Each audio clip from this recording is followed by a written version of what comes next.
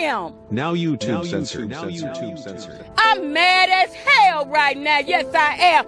Viewer discretion is advised. Mama Black. This program contains language and sequences some viewers may find disturbing.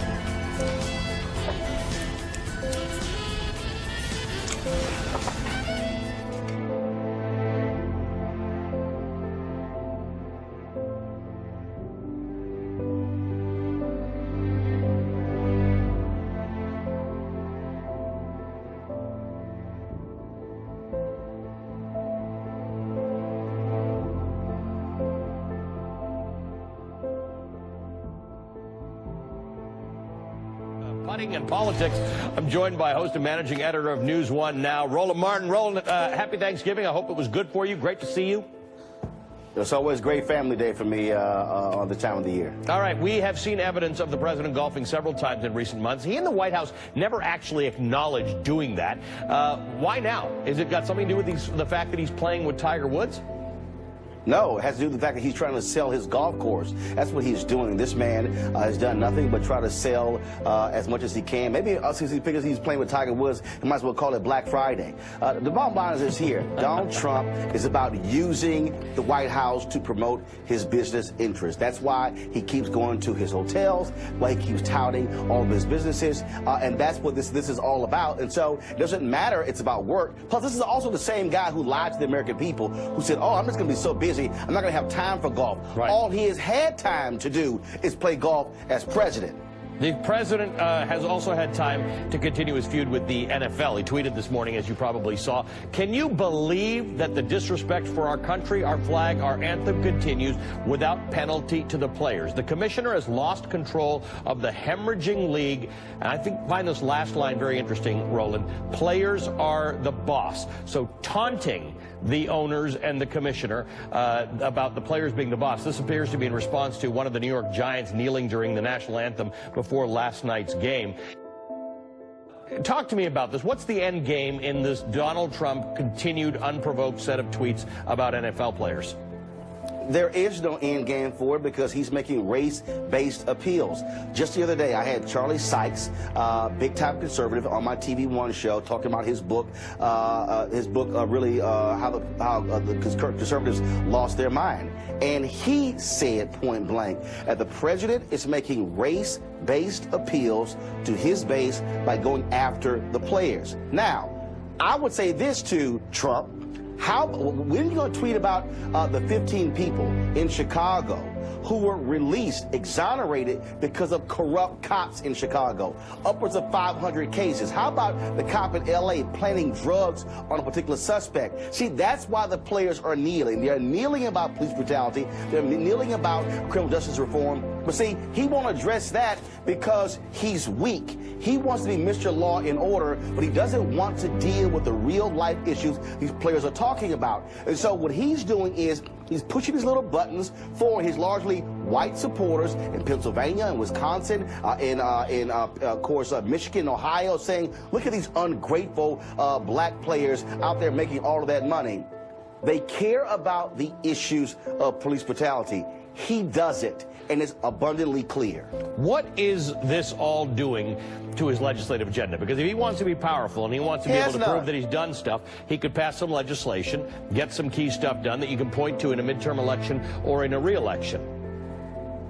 In order for you to pass legislation, you have to actually know how to read and know how to talk to people. All of this, oh, I can make great deals. No, you can't, because you don't know what you're doing. This is a grossly unqualified individual for president. And I don't want to hear any conservative say anything about affirmative action or about quote.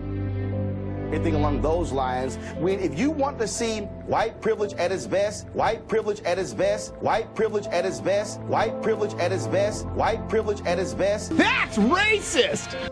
it's Donald Trump. He can't pass anything. He can't achieve anything. You have a tax reform bill that is grossly going to help the top 1%. Look at the graduate students who are going to be impacted. Look at the scholarship students who are going to be impacted. Look at the folks in the middle class and lower class who are going to be impacted. And this is what I need. I need broke white people in America to wake up.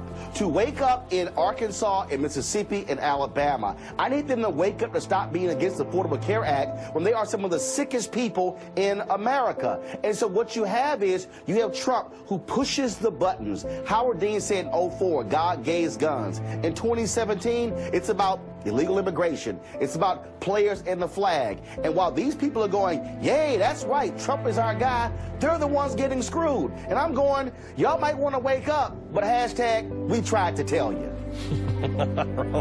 Roland Martin, as always, brings the funk to me. You have yourself a great Thanksgiving weekend. Thanks for spending some of it with me. Well, I'm going to make my tea time. I'm not president, so I can do that. Roland Martin is the host and managing editor. I'm not president. I'm not president. I'm not president.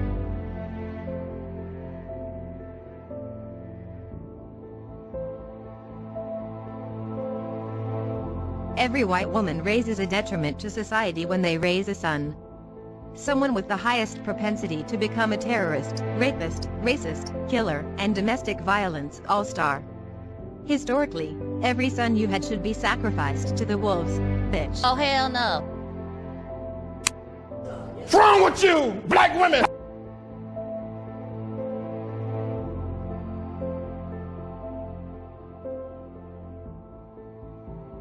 So yes, white people, it is your job to end racism. Because you all are the racist ones. Hello?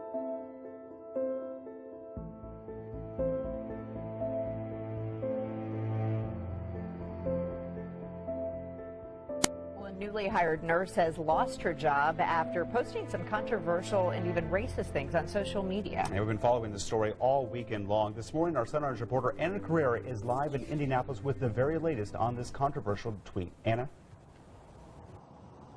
Yeah, good morning, Matt and Julia. We don't know exactly where that nurse worked, only that the NIU spokesperson told us she did not work at Riley Children's Hospital, but here is what we know so far. She sent out a tweet saying, quote, every white woman raises a detriment to society when they raise a son. Someone with the highest propensity to be a terrorist, rapist, racist, killer, and domestic violence all-star. Historically, every son you had should be sacrificed to the wolves. Then she says a word that we have chosen to blur out.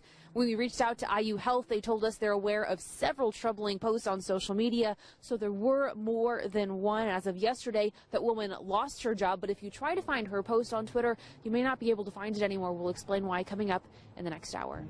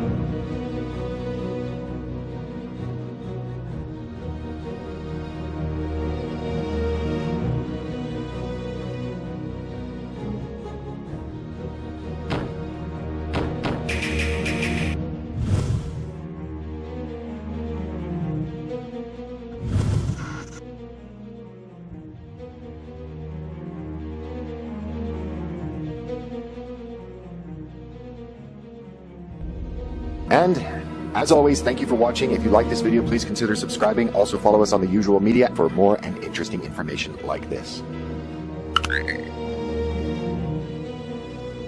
Fight their asses.